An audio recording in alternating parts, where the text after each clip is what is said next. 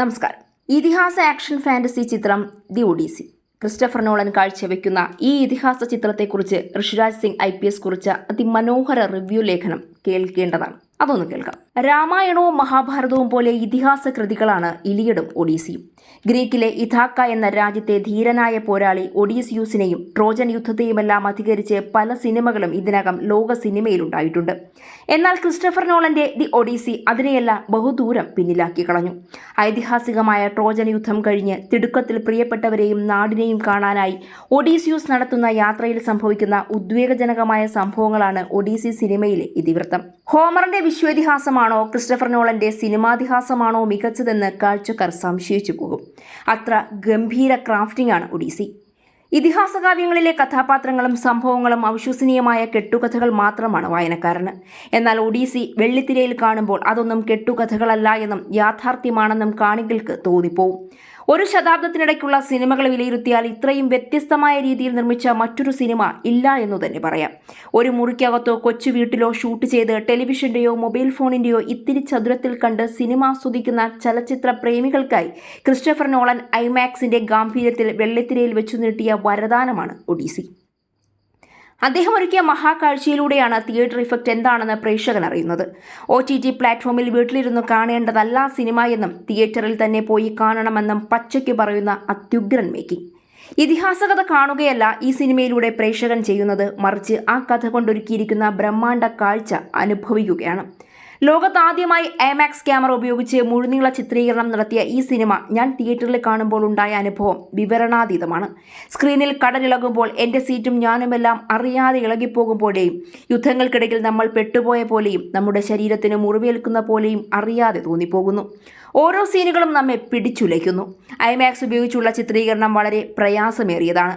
പ്രസ്തുത ക്യാമറ ഉപയോഗിക്കുമ്പോൾ ഒരു സെക്കൻഡിൽ 24 ഫ്രെയിമുകളാണ് വരുന്നത്. സാധാരണ 35 mm ഫിലിമിനേക്കാൾ ഏകദേശം 10 ഇരട്ടി വലിപ്പവും ദൃശ്യവ്യക്തതയും ഓരോ IMAX ഫ്രെയിമിനും ഉണ്ടാകും. 1 മിനിറ്റ് ഷൂട്ടിങ്ങിന് 100 മീറ്ററിലധികം ഫിലിം വേണ്ടിവരുന്നു. റീഷൂട്ടിംഗ് നടത്തുമ്പോൾ ഫിലിം നഷ്ടപ്പെടുന്നത് സ്വാഭാവികവും. അങ്ങനെ നോക്കുമ്പോൾ 2 ലക്ഷത്തിലധികം മീറ്റർ ഫിലിമെങ്കിലും ഒഡീസിയുടെ ഷൂട്ടിങ്ങിനായി ഉപയോഗിച്ചിരിക്കണം. വെറും 173 മിനിറ്റിനു വേണ്ടിയാണ് അത് എന്നുകൂടി ചിന്തിക്കുമ്പോൾ ഇത് വിസ്മയമല്ലാതെ മറ്റെന്താണ്? സ്പാർട്ടക്കസും ബെൻഹറും 10 കമാൻഡ്മെന്റും കാസബ്ലാങ്കയും ക്ലിയോപാട്രയും പോലെയാണ് ഒഡീസിയുടെയും നിർമ്മാണം. പല രാജ്യങ്ങളിലെ പല സ്ഥലങ്ങളിൽ പോയി വർഷങ്ങളോളം പണിപ്പെട്ടാണ് ഇത്തരം സിനിമകൾ നിർമ്മിക്കുന്നതെന്ന് നമുക്കറിയാം. ഒഡീസിയുടെ വിശാലമായ ക്യാൻവാസും അങ്ങനെ ഒരുക്കിയിട്ടുള്ളതാണ്. England, Iceland, Italy, Scotland, Morocco, Norway, America തുടങ്ങി 8ഓളം രാജ്യങ്ങളിൽ 300 പൗണ്ടിലധികം ഭാരമുള്ള IMAX ക്യാമറയുമായി ഫീൽഡിലിറങ്ങി ചിത്രീകരിച്ച സിനിമയാണിത്. കൊടും വെയിലും കാറ്റും പൊടിയും മഴയും കടലും മഞ്ഞും തണുപ്പും വകവയ്ക്കാതെ നടീനടന്മാരും സംവിധായകരും അണിയറ പ്രവർത്തകരും രാപ്പകൽ പണിയെടുത്തതിന്റെ ഫലപ്രാപ്തിയാണ് നമ്മൾ ആസ്വദിക്കുന്ന ഒഡീസി. സ്പെഷ്യൽ ഇഫക്റ്റുകളുടെ കൃത്രിമമായ കൂട്ടിച്ചേർക്കലുകളില്ലാതെ എല്ലാ രംഗങ്ങളിലും സ്വാഭാവികത നിലനിർത്താൻ നോളനും അണിയറ പ്രവർത്തകരും വല്ലാതെ ശ്രമിച്ചിട്ടുണ്ടെന്ന് കാണാം. ഗ്രീക്ക് സാമ്രാജ്യകാലത്തുണ്ടായിരുന്ന ഇടങ്ങളും വേഷഭൂഷാദികളും കെട്ടിടങ്ങളും എന്തിന് കപ്പൽ പോലും അതിനുവേണ്ടി പുതിയതായി നിർമ്മിച്ചിട്ടുണ്ട്.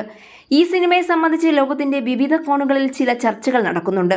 ഇലിയഡ്, ഒഡീസി എന്നീ കാവ്യങ്ങളിലും മറ്റ് ഗ്രീക്ക് ഐതിഹാസികങ്ങളിലും ഏറ്റവും പ്രധാനപ്പെട്ട ഒരു സ്ത്രീ കഥാപാത്രമാണ് ഹെലൻ ഓഫ് ട്രോയ്.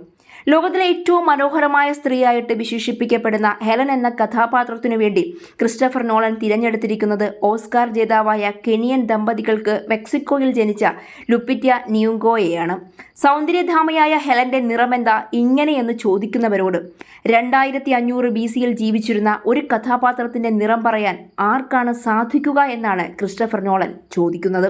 മാത്രമല്ല അറേബ്യക്കാരും ഏഷ്യക്കാരും ആഫ്രിക്കക്കാരുമെല്ലാം അന്നേ യൂറോപ്പിന്റെ ലോകത്തിന്റെയും പല ഭാഗങ്ങളിലും എത്തിച്ചേർന്നിരുന്നു എന്നാണ് ചരിത്രം പറയുന്നത്. യുവാൽ നോഹ് ഹരാരിയുടെ Sapiens a brief history of humankind എന്ന പുസ്തകത്തിൽ ഹോമോസാപ്പിയൻസ് യൂറോപ്പിലെത്തിയത് 60,000 വർഷങ്ങൾക്ക് മുൻപാണ് എന്ന് പറയുന്നുണ്ട്. അപ്പോൾ അവിടെയുണ്ടായിരുന്ന നിയാൻഡർതാൽ മനുഷ്യരെ ഹോമോസാപ്പിയൻസ് തോൽപ്പിച്ചതായും പറയുന്നു. അവരോ അല്ലെങ്കിൽ രണ്ടിൻ്റെയും സങ്കലനമോ ആണ് വിവിധ ഇടങ്ങളിൽ കുടിയേറിയതെന്ന് മനസ്സിലാക്കുക. അപ്പോൾ അവരുടെ നിറവും വംശവും ചോദ്യം ചെയ്യപ്പെടുന്നത് എങ്ങനെ? വർണ്ണവിവേചനത്തിനെതിരെയുള്ള ശക്തമായ പ്രതിഷേധവും ഒരുപക്ഷെ ഈ കഥാപാത്ര തിരഞ്ഞെടുപ്പിൽ നോളൻ പുലർത്തിയിട്ടുണ്ടാകാം. ഗ്രീക്ക് സാമ്രാജ്യക്കാർ എങ്ങനെ അമേരിക്കൻ ഇംഗ്ലീഷ് സംസാരിക്കുന്നു എന്ന് ചോദിക്കുന്നവരുണ്ട്. ജനങ്ങൾക്ക് ആശയവിനിമയത്തിനുള്ള, പെട്ടെന്നുള്ള കാര്യങ്ങൾ മനസ്സിലാക്കാനുള്ള ഒരു ഭാഷ താൻ തിരഞ്ഞെടുത്തതാണെന്ന് കരുതിയാൽ മതിയെന്നും ഈ വിമർശനങ്ങൾ താൻ മുൻകൂട്ടി കണ്ടതാണെന്നും നോളൻ പറയുന്നുണ്ട്. വിഖ്യാത ബ്രിട്ടീഷ് നാടക സിനിമാ സംവിധായകനായ പീറ്റർ ബ്രൂക്ക് 1989 പുറത്തിറക്കിയ ദി മഹാഭാരതയിൽ അർജുനനായി അദ്ദേഹം തിരഞ്ഞെടുത്തത് ഒരു ഇറ്റാലിക്കാരനായ വിറ്റോറിയോ മൊസാഞ്ചിയോർണോ എന്ന നടനെയായിരുന്നു. ഭീമനായി അഭിനയിച്ചതാകട്ടെ ആഫ്രിക്കയിലെ സെനഗലിൽ നിന്നുള്ള നടനും സംവിധായകനുമായ മമാഡു ഡിയൂം എന്ന നടനായിരുന്നു. ഇന്ത്യയിൽ നിന്ന് ഈ ചിത്രത്തിൽ മല്ലിക സാരാഭായ് മാത്രമാണ് ദ്രൗപദി എന്ന പ്രധാന വേഷത്തിൽ അഭിനയിച്ചത്. മഹാഭാരത കഥയിൽ ഇങ്ങനെ പല രാജ്യങ്ങളിൽ നിന്നുള്ളവരെ അഭിനയിപ്പിക്കുന്നതിന്റെ അനൗചിത്യത്തെക്കുറിച്ച് പലരും ചൂണ്ടിക്കാണിച്ചപ്പോൾ 5000-ഓ 10,000-ഓ വർഷങ്ങൾക്ക് മുൻപ് ജീവിച്ചിരുന്നവരുടെ നിറത്തിന് എന്തു പ്രസക്തി എന്നാണ് ബ്രൂക്ക് ചോദിച്ചത്. നിറവും ആചാരവും ഒന്നും നോക്കാതെ 16ഓളം മഹാദ്വീപുകളിലെ ആളുകളെയും അവരുടെ വേഷങ്ങളെയും രീതികളെയും മറ്റും അദ്ദേഹം ഉപയോഗിച്ചു. മഹാഭാരതവും രാമായണവും ഇലിയഡും ഒഡീസിയുമെല്ലാം ഭാവനയിൽ വിടർന്നതാണ്. അത് സ്വതന്ത്രമായി പുനരാഖ്യാനം ചെയ്യുന്നവർ സ്വാതന്ത്ര്യമെടുക്കുന്നതിനെ എങ്ങനെയാണ് കുറ്റപ്പെടുത്തുക? അമേരിക്കയിലെയും ഹോളിവുഡിലെയും ജനപ്രിയ നായകനായ മാറ്റ് ഡാമന്റെ ഒഡീസിയൂസിനെ പറ്റിയും അദ്ദേഹത്തിന്റെ അഭിനയത്തെപ്പറ്റിയും ആർക്കും എതിരഭിപ്രായമുണ്ടാകാൻ തരമില്ല. അത്രയ്ക്ക് മികച്ചതു തന്നെ.